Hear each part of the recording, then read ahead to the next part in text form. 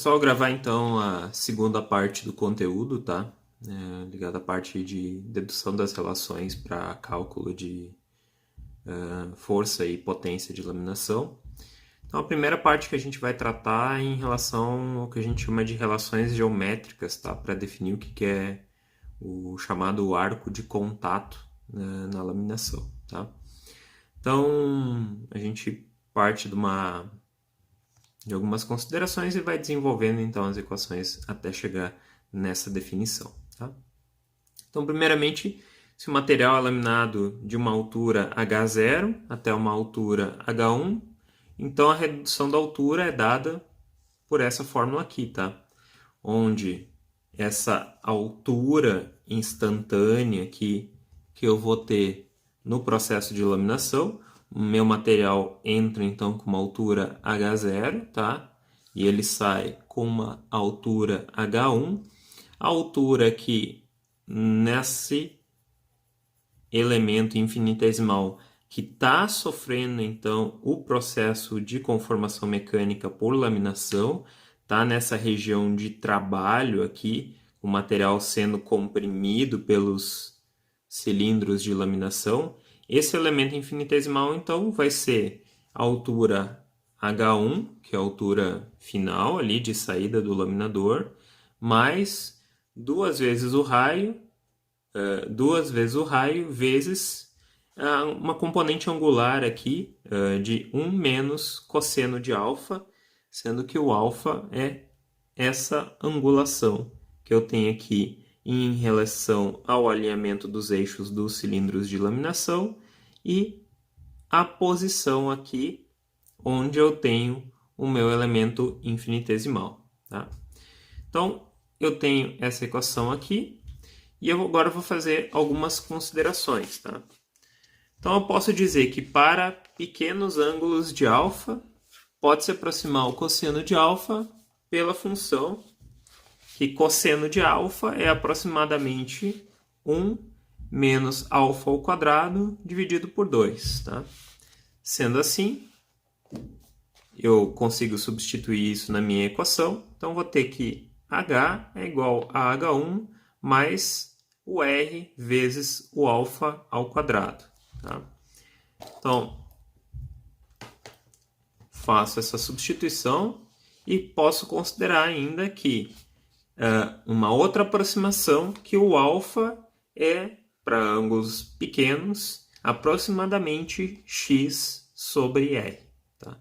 Isso é outra aproximação que eu estou fazendo, então, nessa minha equação, mas que ela é válida para ângulos pequenos, que é o que acontece ali naquele processo de laminação. Dessa forma, tem-se que, como resultado, que a altura instantânea ali é igual a H1 mais x ao quadrado sobre r, tá? Passar aqui para a próxima página.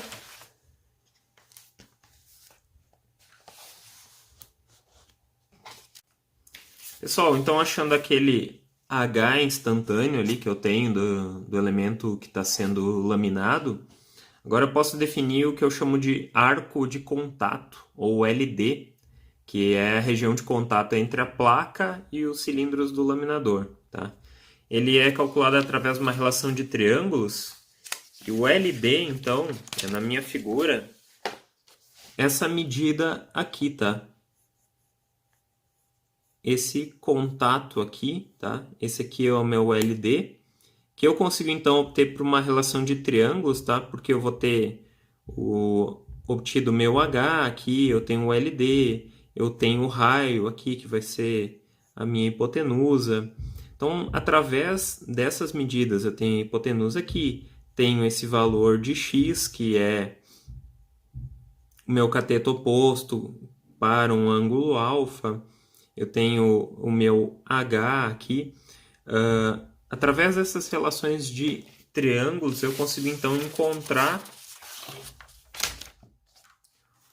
o meu LD, que é o meu arco de contato, tá? Então, por uma relação de triângulos, eu vou ter que o LD ao quadrado, tá? Esse aqui acaba se tornando Pitágoras, né?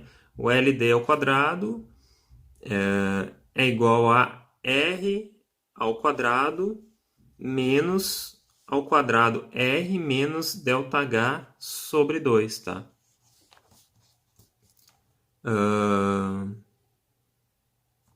Que isso vai igualar, então, a R vezes ΔH menos ao quadrado ΔH sobre 2, que isso aproximadamente dá que LD ao quadrado é igual a R vezes ΔH, tá? Ou seja, posso determinar então que meu arco de contato é igual a raiz do raio do cilindro vezes essa variação da altura ali que eu tenho no processo de laminação, tá?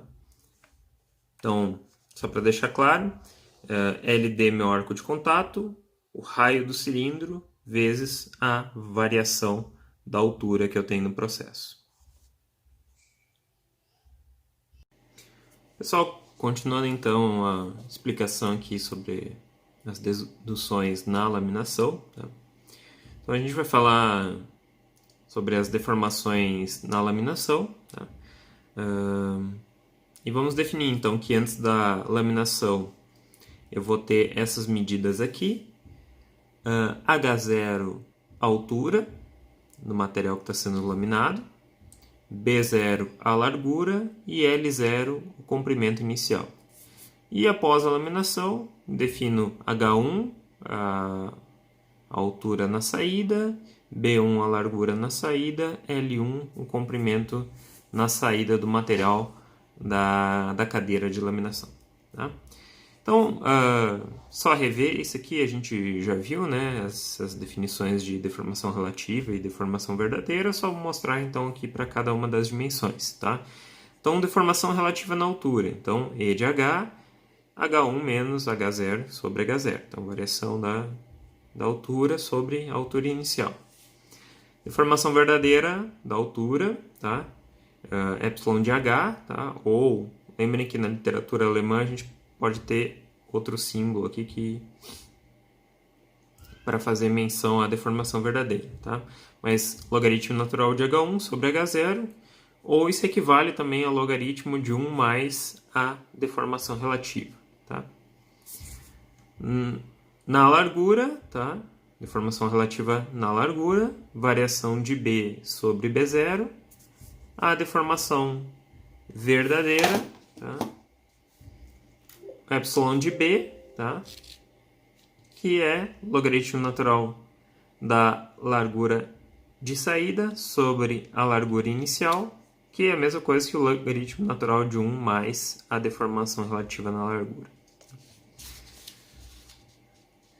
Deformação relativa no comprimento, variação do comprimento sobre comprimento inicial, tá? E a verdadeira, a deformação verdadeira no comprimento, logaritmo natural do comprimento final sobre o comprimento inicial. Também igual ao logaritmo natural de 1 mais a deformação relativa no comprimento. Tá? Então, isso sobre as deformações. Lembrando que a laminação ela também vai respeitar a regra da constância de volume, tá? Então, a gente tem que o somatório das deformações verdadeiras vai ser igual a zero, tá? Na laminação também. Né? E essa definição é importante para a gente fazer algumas deduções, tá? Então, a gente pode definir também a velocidade de deformação. Então, a velocidade de deformação vai ser a derivada da deformação pelo tempo, e a gente pode quebrar, então, essa derivada em três outras, que a derivada da deformação em função do tempo vai ser igual à derivada da deformação em relação à altura, vezes a derivada da altura em relação ao x, tá? Vezes a derivada do x em relação ao tempo, tá? Lembrando daquela imagem que está ali nos slides, tá? Em que mostra o que é o h, o que é o x ali num determinado instante de tempo, tá? Dei uma olhada ali nos slides na figura para ver essas definições, tá? E esses elementos, então, a gente pode ir trocando, tá? A gente sabendo que a deformação verdadeira na altura é igual a ln de h sobre h0, a gente tem, então, que a derivada da deformação verdadeira por h, tá? Que a gente tem aqui nesse elemento, vai ser igual a 1 sobre h, tá? A gente sabe também que o h é aproximadamente igual a h1 mais x ao quadrado sobre r.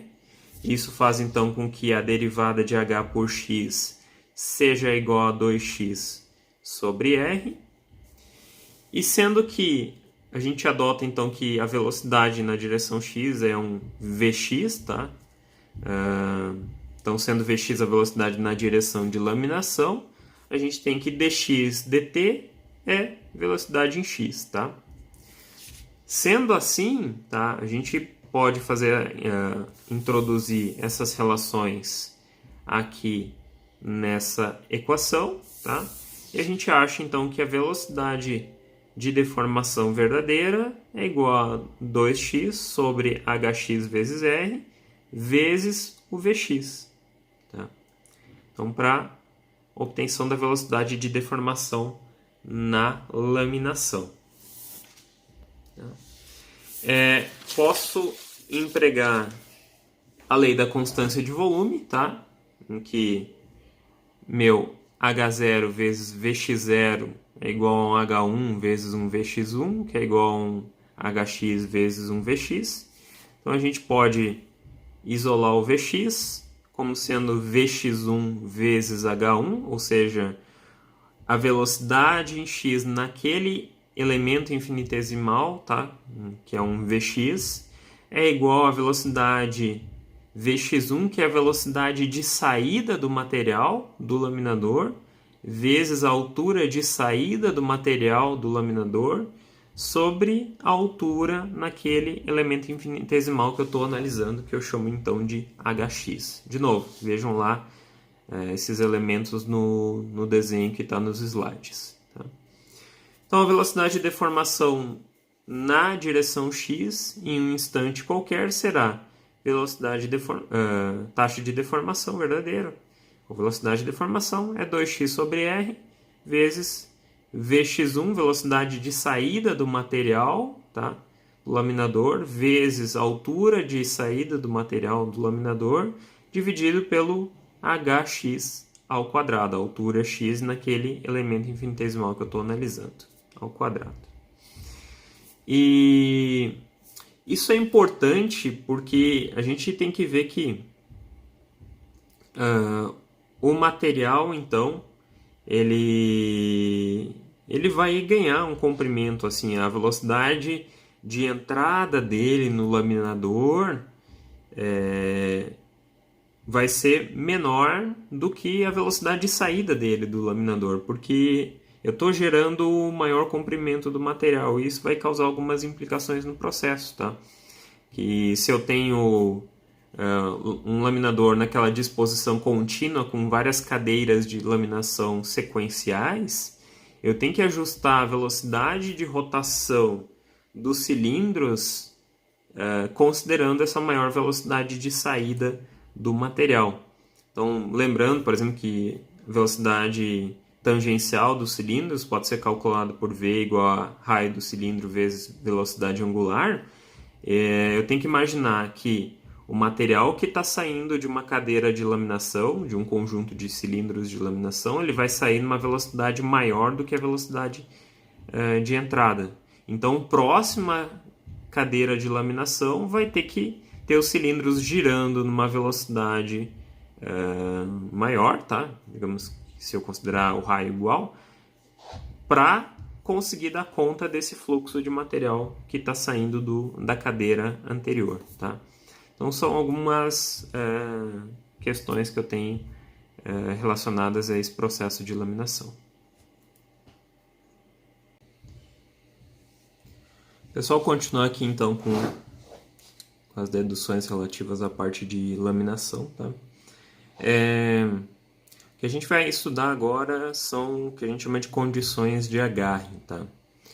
porque se essas condições não forem respeitadas, acontece um problema na laminação, que é o material ele não é agarrado pelos cilindros e ele fica batendo na entrada da cadeira de laminação, ou seja, ele não é puxado, agarrado e puxado pelo conjunto de cilindros de laminação.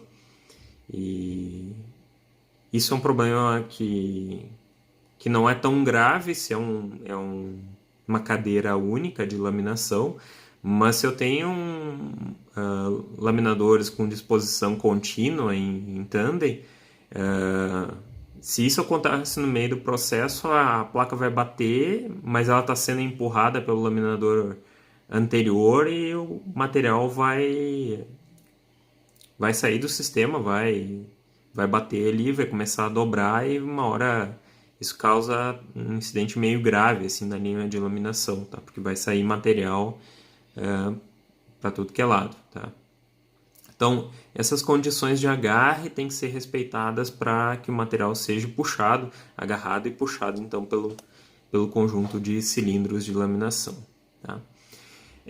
Para isso, então, a gente tem que fazer uma análise de forças no ponto de contato da placa com o cilindro de laminação. Tá? Esse desenho aqui está nos slides, tá? Assim como aquele desenho anterior, para vocês verem melhor então essas forças, como elas estão atuando no sistema. Tá? Mas eu tenho basicamente então uma força normal do cilindro em relação ao bloco no ponto de contato entre eles, tá? E daí faço uma decomposição dessa força, então em relação ao eixo, a direção de vinda do material, direção perpendicular, e também analiso o atrito nesse ponto de contato, tá? Então, bom, esse desenho está melhor representado, mais claro ali nos slides, tá? Então, a força na direção X, tá? Que é o que me interessa, porque eu quero saber se meu material vai ser agarrado e vai continuar a andar pelo sistema. Então, a força na direção X, Fx, ela é calculada em função da força normal e da força de atrito, tá? Então, essa componente Fx da força para o material continuar no sistema vai ser o quê? A diferença entre a componente da força de atrito, tá? Então, Fn, força normal, vezes coeficiente de atrito, vezes o cosseno de alfa, para fazer a decomposição da força, menos essa força normal vezes o seno de alfa, tá? Basicamente, para achar a decomposição. Então, essa componente aqui do atrito, tá? Aqui só está o coeficiente de atrito em posição trocada, mas aqui Fn de μ cosseno de alfa, menos Fn vezes seno de alfa. Tá? Então isso aqui vai me dar a componente x, tá? Que é a componente do meu interesse para saber se eu vou ter uma força na direção x de forma que o material seja agarrado pelo conjunto de cilindros. Tá? Então Fx vai ser igual... Eu isolo aqui a força normal e abro aqui entre parênteses coeficiente de atrito vezes cosseno de alfa menos seno de alfa. Tá? Para que ocorra o agarre, a força X tem que ser maior que zero, ou seja, tem que ter uma componente positiva, tem que ter uma força nessa direção, nesse sentido aqui. Tá? Então, a força X tem que ser maior que zero. Então, essa componente aqui, ó, do coeficiente de atrito vezes cosseno de alfa menos seno de alfa tem que ser maior que zero, tá? Senão eu vou ter uma força negativa aqui indo no sentido contrário, ou seja, empurrando o meu material para fora, tá? Empurrando o bloco para fora. Então, nesse caso aqui eu tenho que respeitar essa condição, tá? Que μ cosseno de alfa menos seno de alfa tem que ser maior que zero. Bom, jogo aqui para o lado do outro. Então, μ cosseno de alfa tem que ser maior que seno de alfa. Eu passo cosseno para o outro lado. Então, seno dividido por cosseno. μ tem que ser maior que a tangente de alfa. Tá? Então, ó, para que o material seja agarrado pelo cilindro, é necessário que o ângulo de agarre alfa seja menor que o ângulo de atrito ρ, tá? Então, eu posso aplicar essa condição aqui, ou eu posso transformar o atrito, o coeficiente de atrito, num ângulo que eu chamo de ρ e comparar os dois ângulos de atrito, assim dito. Mas, basicamente, o que eu faço é a aplicação dessa condição aqui, tá?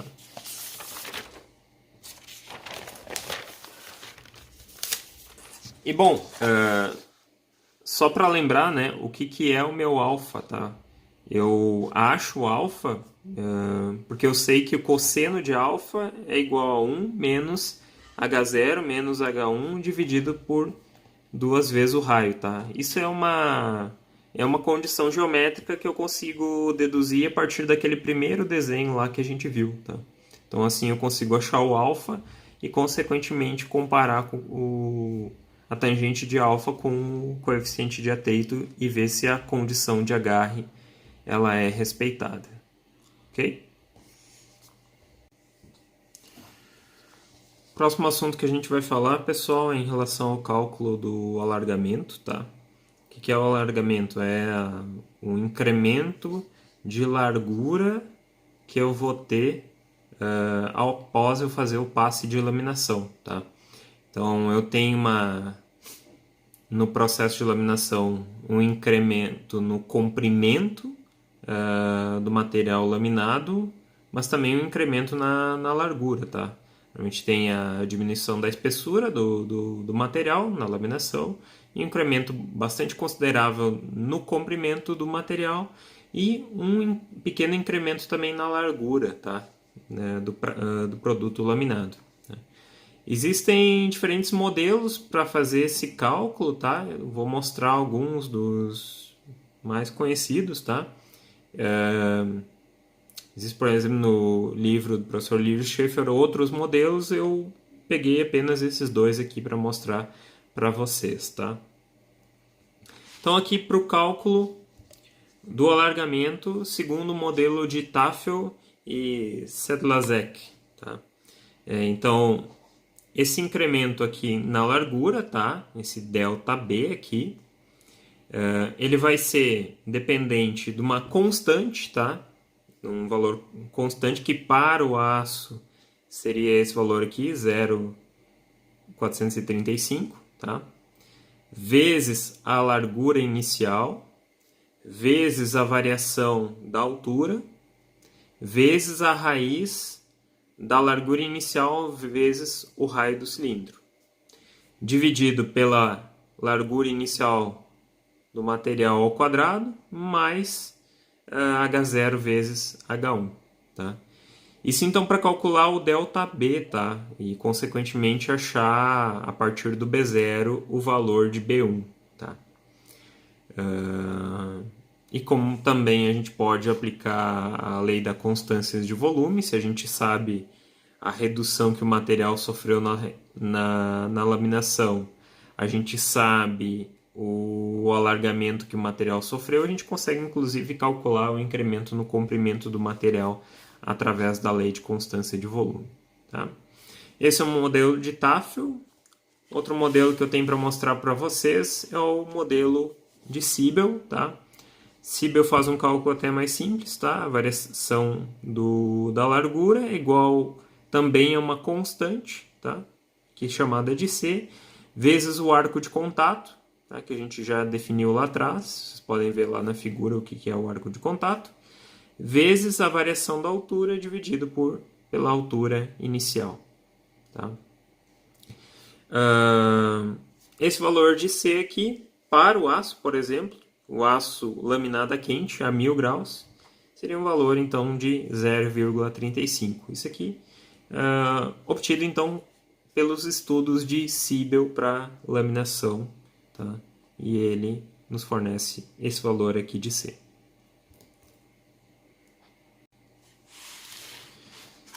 Só outro assunto para a gente falar é em relação à força de laminação, tá? Por que a gente precisa calcular a força de laminação? A força de laminação é interessante a gente conhecer para calcular, por exemplo, potência de laminação.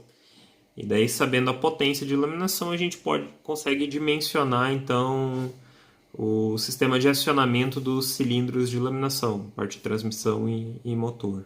Tá? Então, eu vou passar aqui uma ideia mais geral do conceito de força de laminação, depois mostro potência de laminação, e daí, então, eu vou mostrar modelos específicos para o cálculo de força de laminação, tá? Que vai gerar também o cálculo de potência. Tá? Então, a força de laminação é calculada em função da tensão, tá? Que atua sobre um elemento de área dA. Tá? Então, seria como se eu dissesse que a força de laminação é igual a uma integral de 0 até o comprimento total ali do arco de contato, vezes essa função da tensão, vezes um elemento de área dA. Tá? Se faz uma simplificação dessa equação, tá? Na prática, ainda se define, tá? Isso aqui acaba tendo alguns erros atrelados a isso, mas na prática se utiliza esse conceito aqui, que a força de laminação, a força de conformação é dada pelo produto da seção deformada, tá? Da área deformada, vezes uma tensão de compressão média naquela região, tá? Que eu chamo aqui de uma tensão de conformação. Tá? Então, simplificando um pouco ali em relação ao cálculo pela integral. Então, a força seria a área de deformação, tá? Vezes essa tensão de conformação. Sendo que a área de deformação nada mais é do que o arco de contato, tá? Vezes um B médio, tá? Por que um B médio? Porque a largura do material, ela aumenta, né? Tem lá uma largura inicial e vai ser com uma largura final maior, tá? Então, por isso, então, se adota uma largura média, tá? Que seria nada mais, nada menos que a largura inicial mais a largura final dividido por 2, tá?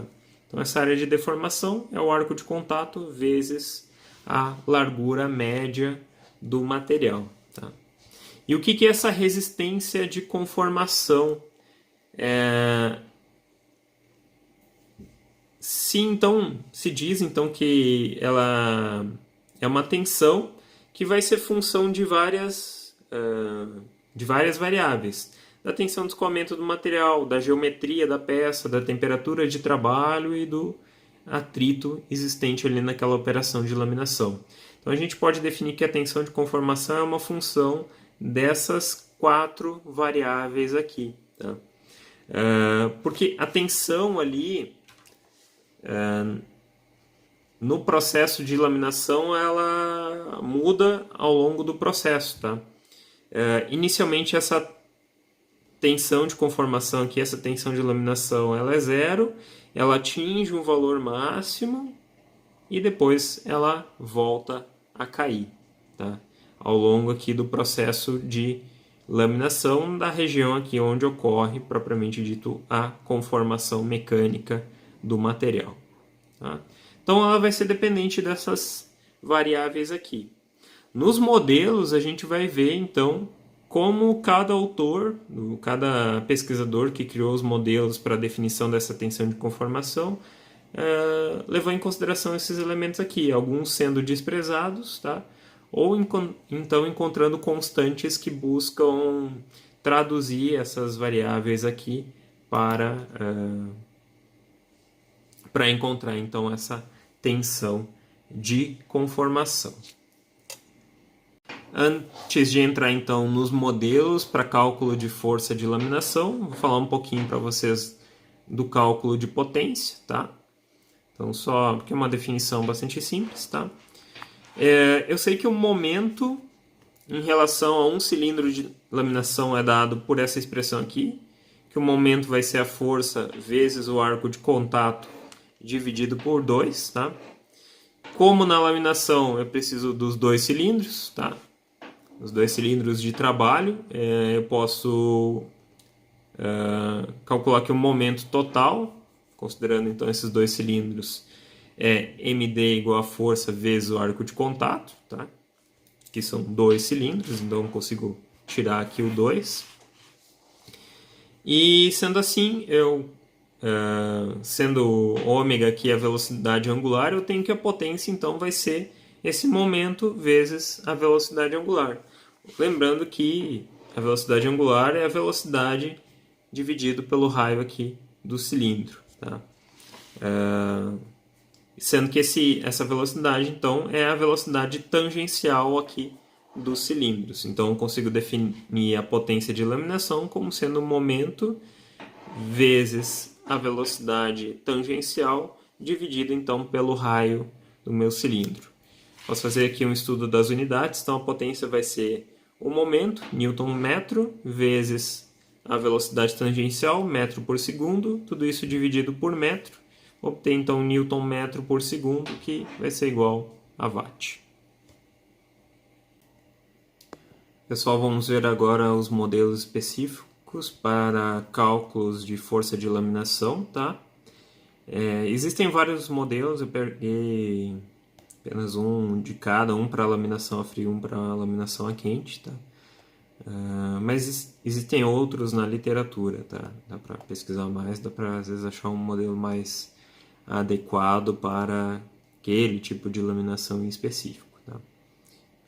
Bom, primeiro que eu vou apresentar então é o modelo de Bland e Ford, tá?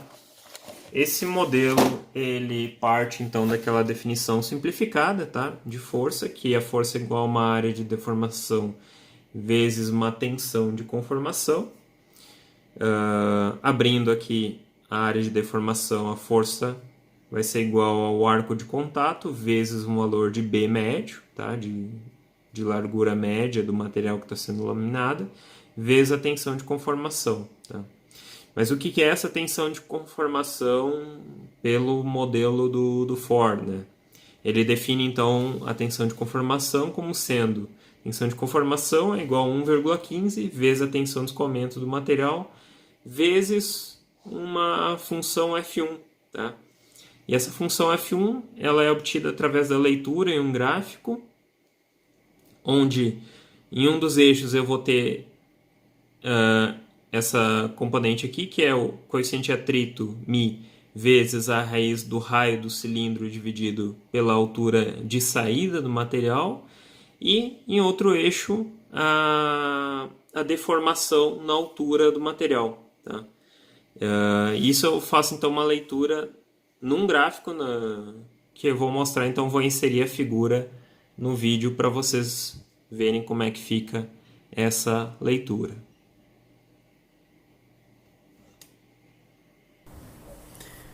Pessoal, só mostrar então para vocês como é que faz a leitura então do valor de F1, tá? Que é utilizado então no modelo do Bland e do Ford, tá? Então eu tenho que obter então o valor ali do coeficiente de atrito vezes a raiz do raio do cilindro dividido pela altura da saída do material, tá? Eu tenho que fazer esse cálculo para ver qual das linhas então eu vou utilizar, tá? Então, por exemplo, eu achei um valor para essa equação aqui de 1,05, tá? Então, esse valor está mais próximo de 1, então eu vou utilizar a linha 1 aqui para achar o valor de F1. Resolvi essa equaçãozinha aqui, eu achei um valor de 0,4. Bom, utilizo a curva aqui 0,5, tá? Eu vou utilizar a curva mais próxima do valor obtido aqui dessa equação, tá? E outra coisa que eu tenho que calcular também é a deformação, tá? E colocar ela em percentual para a utilização aqui do gráfico. Então, se eu vejo lá que a deformação produzida na altura do material foi, por exemplo, 20%, tá? E eu tinha achado aqui, por exemplo, que o resultado dessa minha equação aqui deu 0,5. 20% para essa curva aqui, eu vou ler então o valor aqui de F1 igual a 1, tá? Digamos que que eu tenha calculado lá 60% de deformação na altura e uma curva aqui 3,5, ó, 60%, 3,5 vai me dar um valor aqui de F1 de aproximadamente 4,7, o valor de F1. Tá? Então, um gráfico aqui bastante simples de ser utilizado para encontrar o valor de F1 para a utilização do modelo de Ford para o cálculo da força de laminação. Pessoal, o outro modelo que eu vou mostrar é o modelo para cálculo de força de laminação para laminação a quente, tá? Esse aqui é o método de Eklund, tá? Nesse modelo aqui também faz uso daquela cálculo aproximado ali da força, que é força vezes a área de deformação vezes uma tensão de conformação, tá? No caso aqui é aberto a área de deformação por arco de contato vezes o B médio, tá? Sendo que aqui o Eklund define a tensão de conformação, tá? Como sendo toda essa expressão aqui, tá? De 1 mais 1,6 vezes coeficiente de atrito vezes raiz de R vezes variação da altura menos 1,2 vezes o ΔH. Tudo isso dividido por H0 mais H1. E essa componente aqui multiplicada pela tensão de escoamento mais 1Ni vezes a taxa de deformação ou velocidade de deformação, que tá como é uma fórmula que vem de um livro alemão, tá? Tá usando aqui o símbolo usado em literatura alemã, mas é a mesma coisa que essa simbologia aqui, tá? Bom, então é uma expressão grande, mas teoricamente é só substituir na expressão para achar o valor da tensão de conformação e daí então calcular a força de laminação a quente pelo método de Eklund, tá?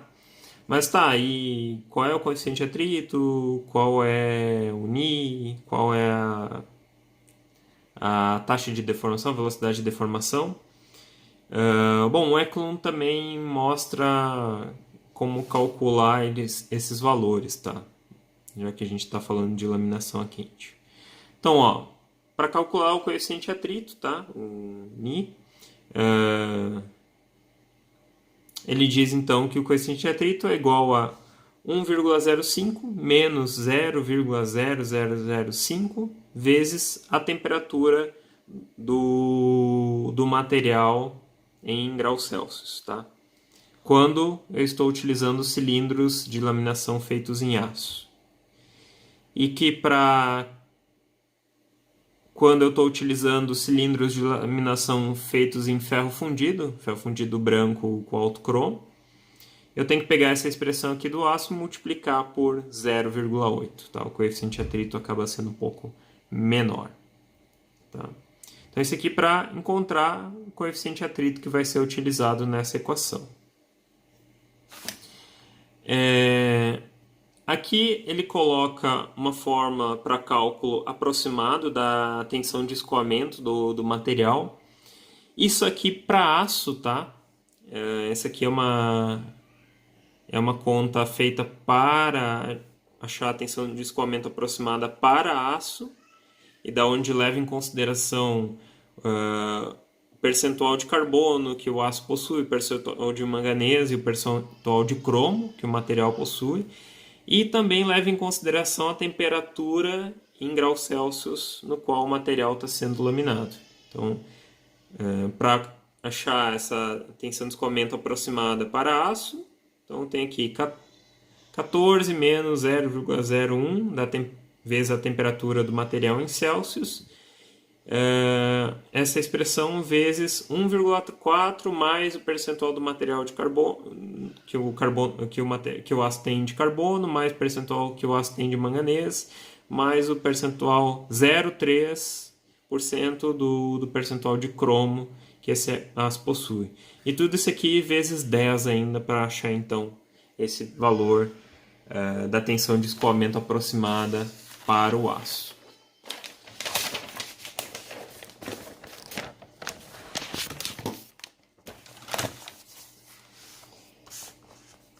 Esse Ni ele chama de coeficiente de plasticidade, tá, para o material.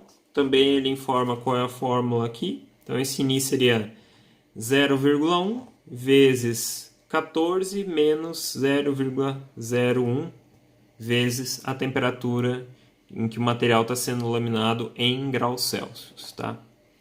Então faz a definição dessa variável aqui da fórmula também e faz a definição então da velocidade de deformação, tá?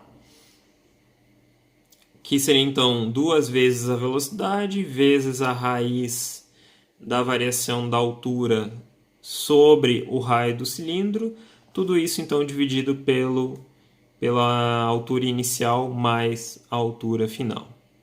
Tá? Então isso aqui para achar a tensão de conformação segundo o método de Eklund. Tá? Tem outra teoria, tá? Para a gente achar essa tensão de conformação que também poderia ser utilizada.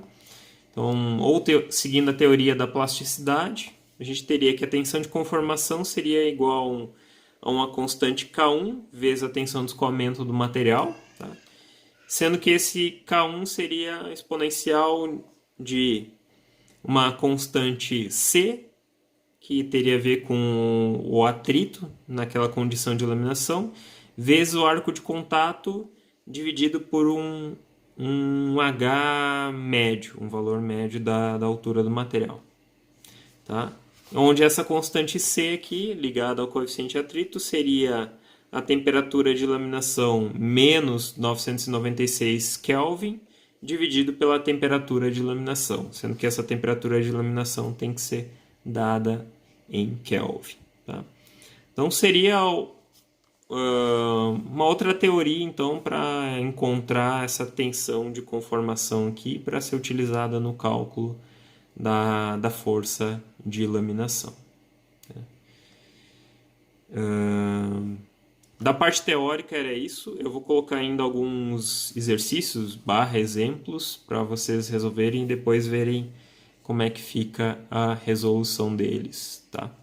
Mas a parte teórica de laminação fecha aqui, tá? O conteúdo de laminação fecha aqui. Obrigado a todos e até.